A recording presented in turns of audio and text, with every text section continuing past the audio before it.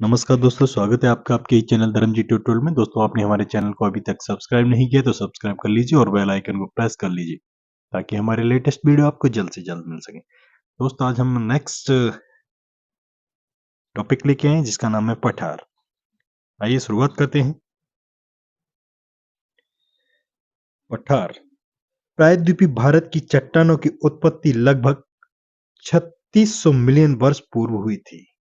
जो हमारा भारत है वो कैसा है, वो प्रायद्वीपीय है और इसकी जो चट्टान है, भारत में जो चट्टानें हैं उनकी उत्पत्ति 3600 मिलियन वर्ष पूर्व हुई है। कार्बोनिफेरस युग के पहले यह गोंडवाना लैंड का हिस्सा हुआ करती थी। कार्बोनिफेरस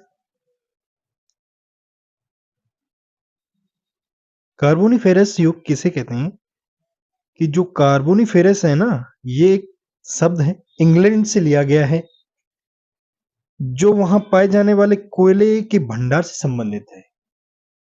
कार्बोनिफेरस जो वर्ड है वो लिया गया है इंग्लैंड से, ठीक है। वहां पे जो कोयले के भंडार मिलते हैं तो उस जगह से ये संबंधित है। कार्बोनिफेरस युग के दौरान दामोदर, सोन महानदी और गोदावरी बेसिन में कोयले का निर्माण हुआ था, ठीक है। जबकि क्रिटेशियस युग के दौरान अत्यधिक ज्वालामुखी उद्गार से दक्कन ट्रैप का निर्माण हुआ। इसी काल में दक्कन के पठार पर वेश्यार्ड निर्मित लावा शैलों का निर्माण हुआ। दक्कन ट्रैप का निर्माण क्रिटेशियस काल के अंतिम चरण में प्रारंभ हुआ। अब क्रिटेशियस युग क्या था?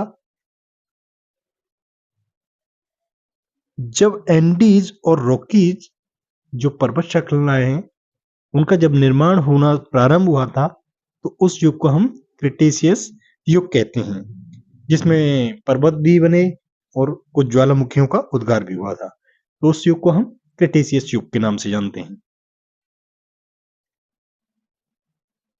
प्रायद्वीपीय पठार में चौड़ी छिछली घाटियां एवं गोलाकार पहाड़ियां हैं। इस पठार के दो मुख्य भाग हैं, मध्य उच्च भूमि और दक्कन का पठार।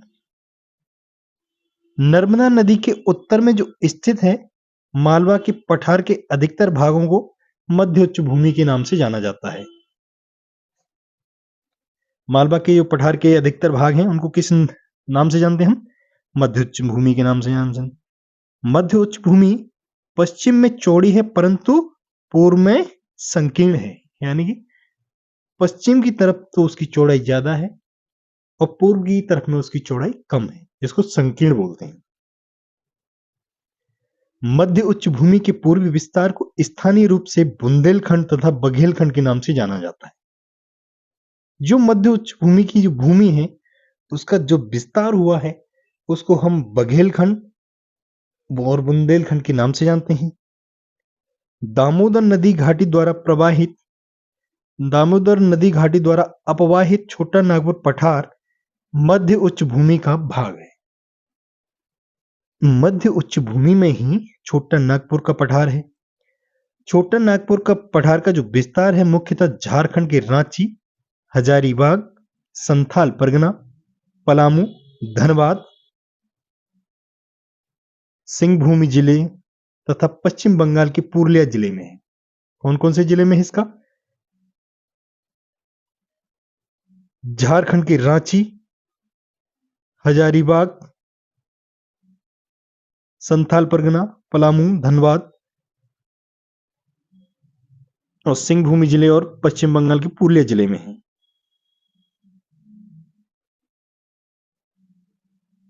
इस पठार में विभिन्न ऊंचाइयों के पठारों का क्रम मिलता है। मध्य पश्चिमी भाग पर पाट भूमि स्थित है जिसकी ऊंचाई अधिकतम 1100 मीटर है। इस पठार की प्रत्येक दिशा में सोपान मिलते हैं। सोपान का मतलब होते हैं सीढ़ी नुमा जो जगह होती है उसको हम सोपान बोलते हैं, सीढ़ी नुमा जगह को।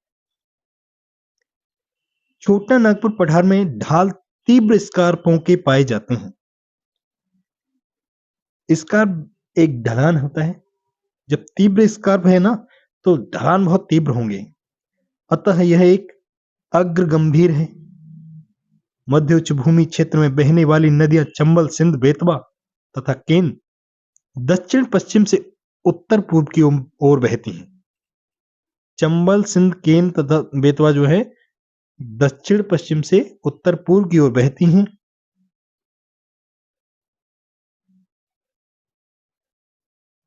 इस प्रकार ये नदियां इस क्षेत्र की ढाल को दर्शाती हैं।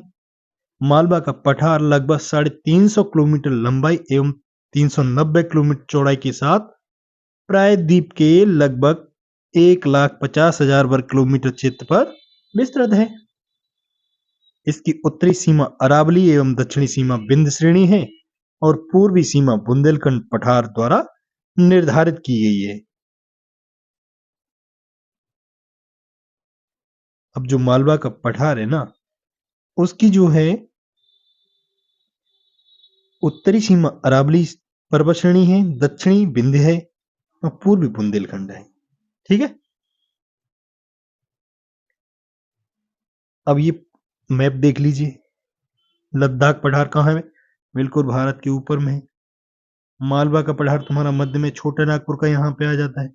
मेघालय का पठार यहाँ पे ईस्टर्न साइड में, महाराष्ट्र का पठार यहाँ है, कर्नाटक का पठार, तेलंगाना का पठार। ठीक है। ये तुम्हारे दक्कन का पठार ये रहा, ये वाली जगह है, ये दक्कन का पठार है तुम्हारा।